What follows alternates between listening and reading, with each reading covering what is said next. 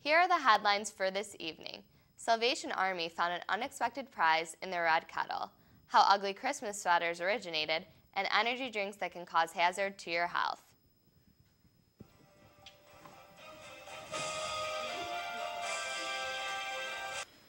Good evening, and welcome to the Hawkeye Nightly News. I'm Marissa Mahalik. And I'm Logan Edwards. Tonight, we are going to give you the latest news and information around our area.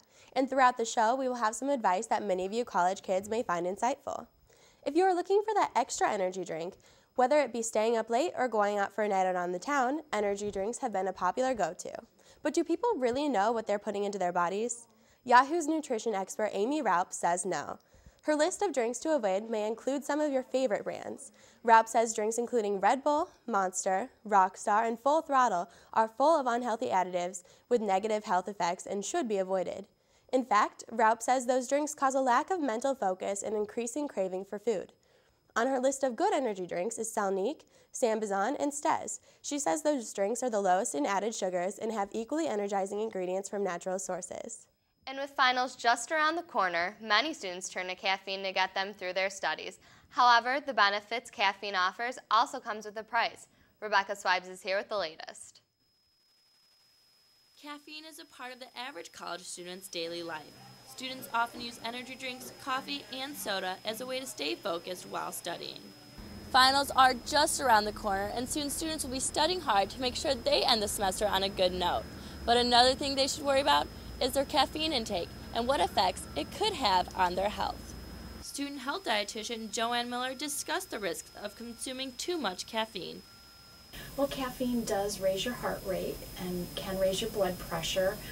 For some people, it can interfere with sleep. Other effects of caffeine consumption include headaches, rapid heart rate, anxiety, acid reflux, and stomach ulcers. But not all effects of caffeine are bad.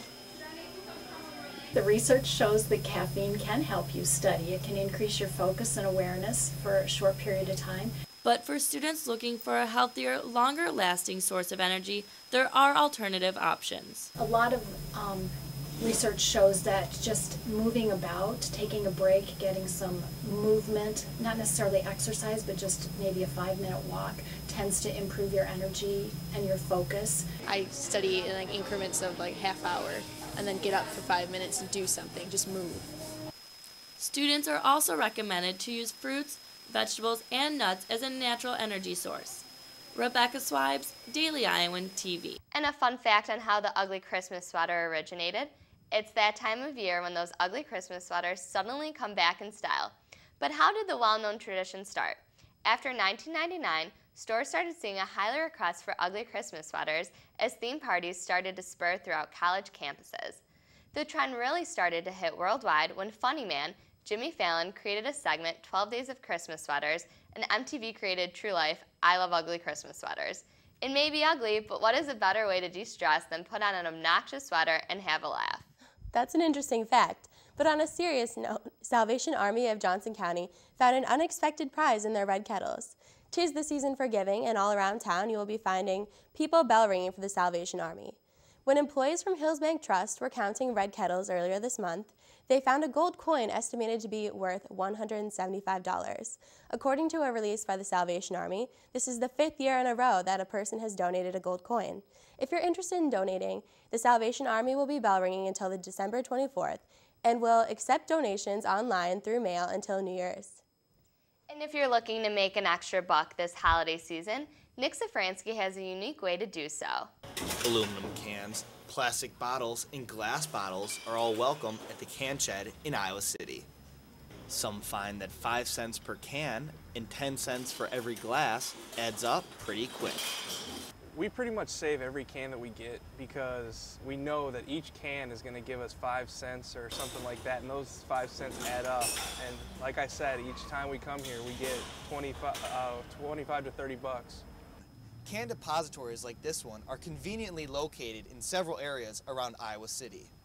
The biggest can depository in Iowa is located just off of Highway 6.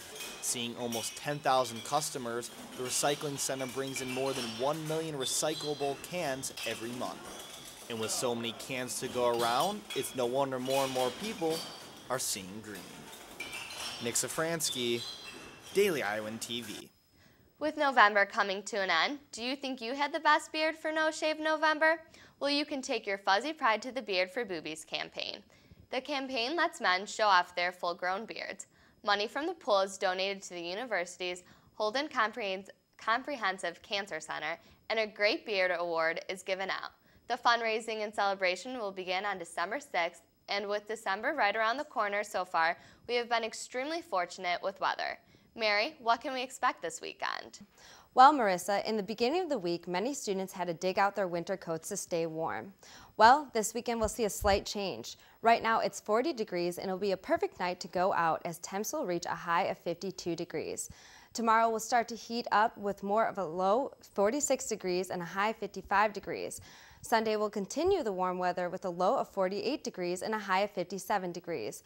Monday will be a beautiful day with a high of 64 degrees, but Tuesday will start to cool down as it will reach a high of 52 degrees. That's all for the weather. Back to you at the desk. If you've logged on to Facebook recently, you may have noticed friends posting statuses about the new Facebook guidelines. We hate to break it to you, but this message is a hoax. The message urges friends to copy and paste the message so that Facebook cannot use their content for commercial use without their permission. Experts say the text has no legal meaning and not to bother posting the message at all. And if you need a break from studying, many students indulge in meaty treats to keep them satisfied. If you are a vegan, sometimes these treats are hard to find. Kendall McCabe has a place where vegans will be able to find a slice of pizza without breaking their beliefs. Pizza may be the country's favorite food, but where does that leave vegans? Nearly 6 million people in the United States are vegans and another 15 million are vegetarians. For vegans and vegetarians who miss comfort foods like pizza, the Wedge aims to deliver. The Wedge is the only pizzeria in Iowa City that makes their own vegan cheeses, one with a rice base and another with a tofu base.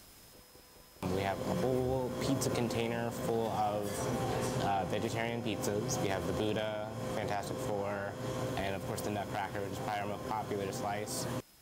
The appeal of pizza is very widespread. You know, everybody eats pizza, rich, poor, in the middle. You know, and same thing with vegetarianism. For vegan students like Kat Williams, the Wedge is her only option for real pizza. If you just want vegan pizza, you can go to most pizza places and just say don't put cheese on it, and most crusts are vegan. So there you don't have a problem. If you want to feel like a real person who gets to have cheese or fun toppings, then there isn't very many options. The Wedge is already anticipating its next move, which will be making a gluten-free pizza. Kendall McCabe, Daily Iowan TV. Get into the holiday season with classic performances such as the Nutcracker.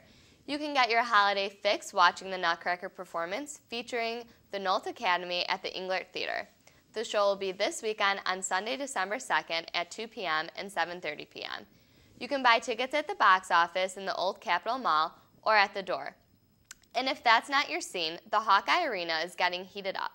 Nick, can you tell us what's going on at Carver?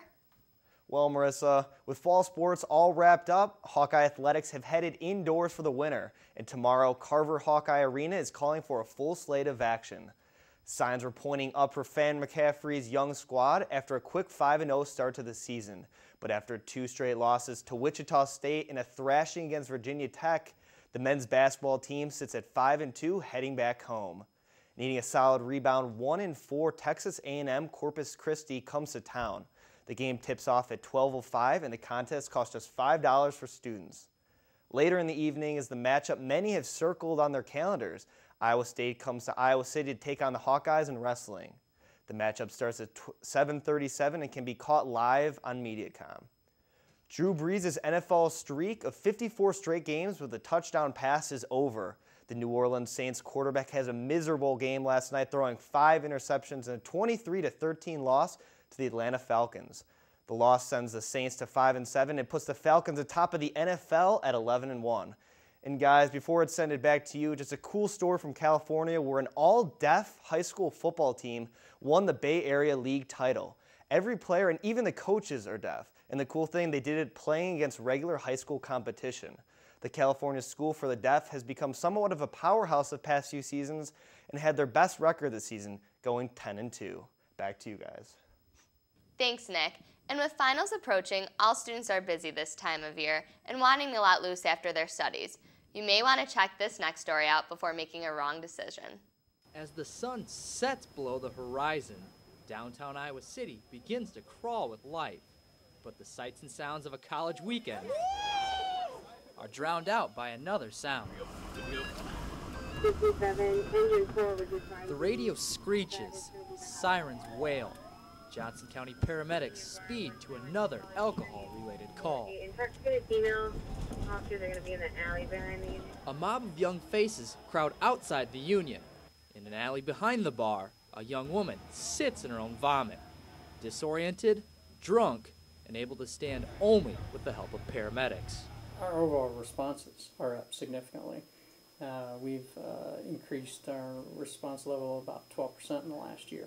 And so everything's up.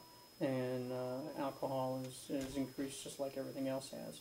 Initially, the 21 ordinance appeared to curb binge drinking, but paramedics say the number of alcohol responses is climbing once again. You had way too much to drink, and I don't know what else you might have had.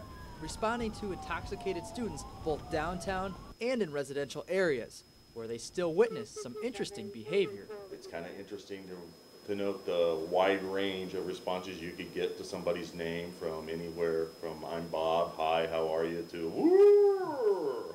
Funny at times, paramedics understand the severity of binge drinking and know the situation can become fatal without medical treatment. The hardest decision to make is when someone comes in so intoxicated that they lose their gag reflex and they're vomiting, and then there's a fear of the vomit going into their lungs and them aspirating and dying.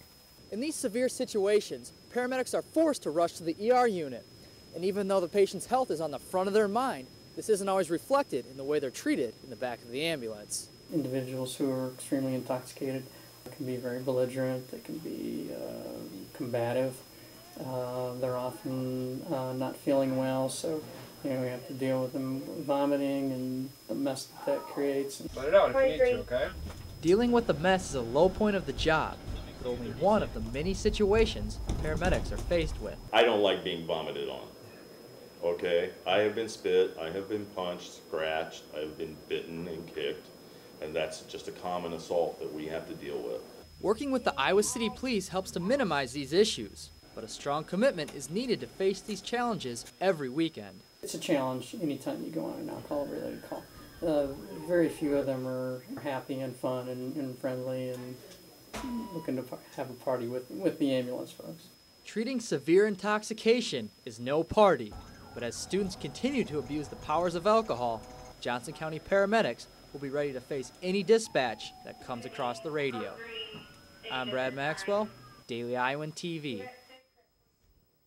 And before ending tonight, another classic is joining the long list of comedy reboots that are in the works. Best buds Wayne and Garth are coming back for the third installment of the Saturday Night Live spinoff, Wayne's World. Mike Myers confirmed that the script is finishing, saying that the plot surrounds the two Aurora, Illinois natives coping with a new era of music and transitioning from access cable to streaming internet. The movie is still far away from being released, but news has Wayne's World fans saying, excellent. Well, that's all we have for you guys tonight. Thanks for watching Hawkeye Nightly News, and have yourself a great night.